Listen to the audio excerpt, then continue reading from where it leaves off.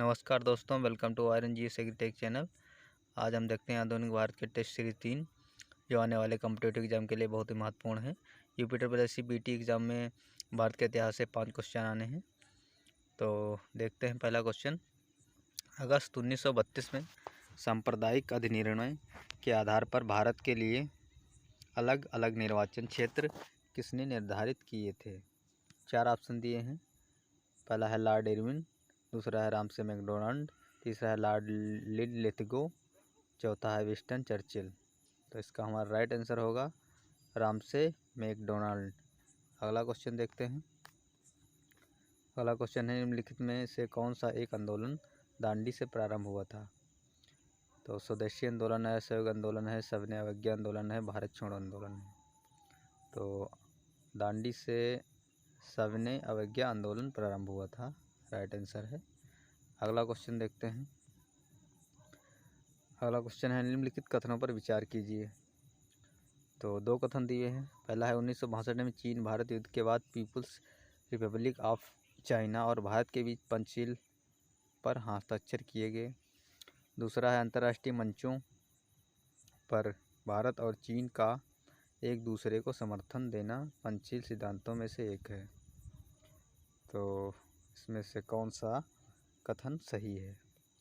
तो भारत चीन युद्ध के बाद पीपल्स रिपब्लिक ऑफ चाइना और भारत के बीच पंचशील पर हस्ताक्षर, तो ये नहीं किए गए हैं। दूसरा है अंतर्राष्ट्रीय मंचों पर भारत और चीन का एक दूसरे को समर्थन देना पंचशील सिद्धांतों में से एक है, राइट आंसर केवल 2। तो हमारा राइट आंसर होगा केवल 2। अगला क्वेश्चन देखते हैं। बंगाल विभाजन निम्नलिखित में से किसने निराकरण किया था? 4 ऑप्शन हैं। लॉर्ड चेम्सफोर्ड हैं, लॉर्ड कर्जन हैं, लॉर्ड मिंटो हैं, लॉर्ड हार्डिंग है। तो इसका हमारा राइट आंसर होगा लॉर्ड हार्डिंग। अगला क्वेश्चन देखते हैं। अगला क्वेश्चन है स्वतंत्र भारत का प्रथम विदेश मंत्री कौन था? 4 ऑप्शन हैं। जवाहरलाल नेहरू हैं, गुलजारी लाल नंदा जी हैं, लाल बहादुर शास्त्री जी, जॉन मथाई। तो इसका हमारा राइट आंसर है प्रथम विदेश मंत्री जवाहरलाल नेहरू। अगला क्वेश्चन देखते हैं।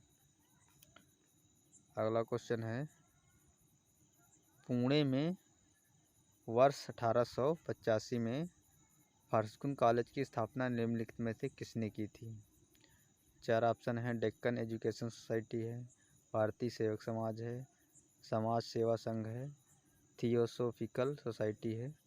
तो इसका हमारा राइट आंसर होगा डेक्कन एजुकेशन सोसाइटी। अगला क्वेश्चन देखते हैं। अगला क्वेश्चन है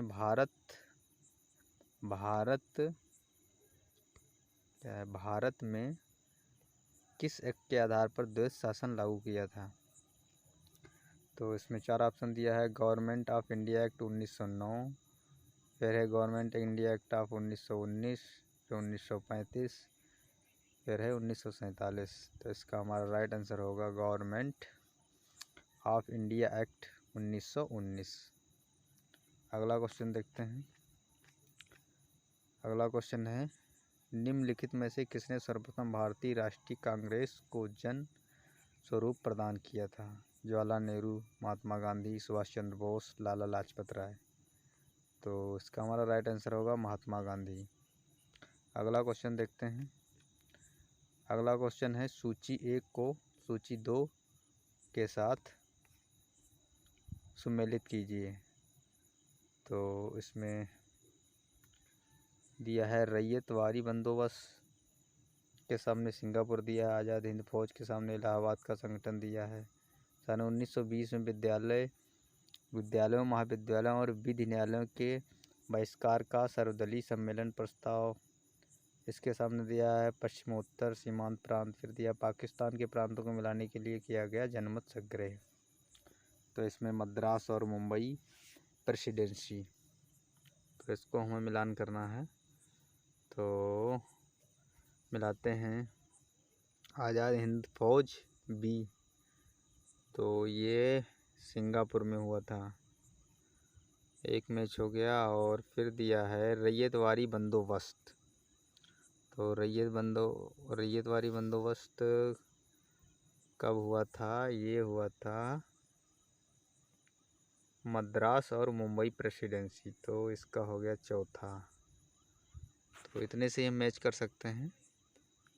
तो बी का हो गया पहला, ए का हो गया चौथा, तो इसके हिसाब से बी का पहले ऑप्शन में दिया हुआ है, तो इसका हमारा राइट आंसर हो जाएगा ए। तो इसका हम देख लेते हैं।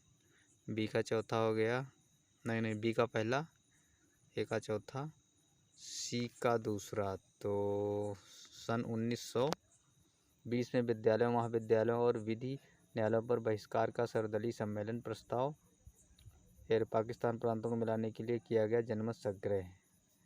तो इसका हो जाएगा डी का पश्चिमोत्तर सीमांत प्रांत, और ये सी का हो जाएगा हमारा इलाहाबाद का गठन। तो अगला क्वेश्चन फिर देखते हैं। अगला क्वेश्चन है, निम्नलिखित में से कौन लाहौर षड्यंत्र केस से संबंध नहीं था? 4 ऑप्शन है, भगत सिंह, सूरसेन, राजगुरु, सुखदेव। तो इसमें भगत सिंह भी थे, राजगुरु भी थे, सुखदेव। तो इसका राइट आंसर होगा हमारा सूरसेन जी नहीं थे। अगला क्वेश्चन देखते हैं। अगला क्वेश्चन, निम्नलिखित में से किसने वर्नाक्यूलर प्रेस एक्ट को निरस्त किया था?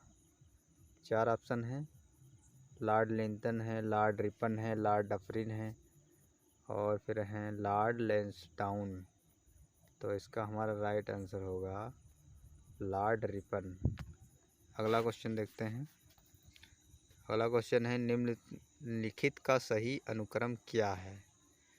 तो इसमें दिया है वेबल योजना, फिर दिया है रेडक्लिफ अवार्ड, फिर दिया है क्रिप्स मिशन, फिर दिया कैबिनेट मिशन। तो इनको हमें सही सम्मिलित कला अनुक्रम के अनुसार सजाना है।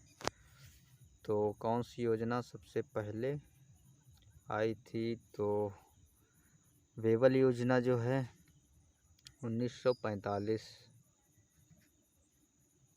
फिर है रेडक्लिफ अवार्ड, ये 1947 में आया था, फिर क्रिप्स मिशन ये आया था 1942 में, फिर है कैबिनेट मिशन 1946।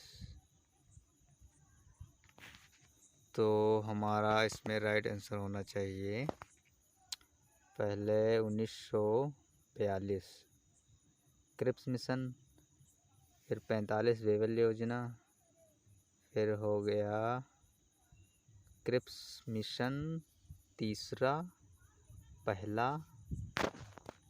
तो इसमें तीसरा पहला देखते हैं, ये हमारा होगा बी तीसरा पहला और चौथा दूसरा, यानी फिर लास्ट फिर आया है आपका कैबिनेट मिशन, लास्ट में आया रेडक्लिफ अवार्ड।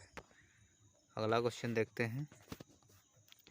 अगला क्वेश्चन, निम्नलिखित में से किसने सबसे पहले स्वराज शब्द का प्रयोग किया था? राजा राम मोहन राय, बाल गंगाधर तिलक, महात्मा गांधी, स्वामी विवेकानंद। तो इसका हमारा राइट आंसर होगा बाल गंगाधर तिलक। अगला क्वेश्चन देखते हैं। अगला क्वेश्चन है, निम्नलिखित में से कौन सा एक प्रारंभिक कांग्रेस 1885 से लेकर 1905 की मांग नहीं थी?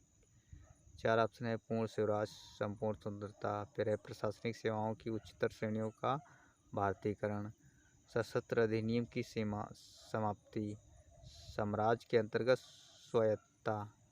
तो इसका हमारा राइट आंसर होगा पूर्ण स्वराज या संपूर्ण स्वतंत्रता, ये मांग नहीं थी। अगला क्वेश्चन है, निम्नलिखित में से किसने अंग्रेजों को बंगाल, बिहार तथा उड़ीसा की दीवानी अधिकार सौंपने के लिए फरमान जारी किया था?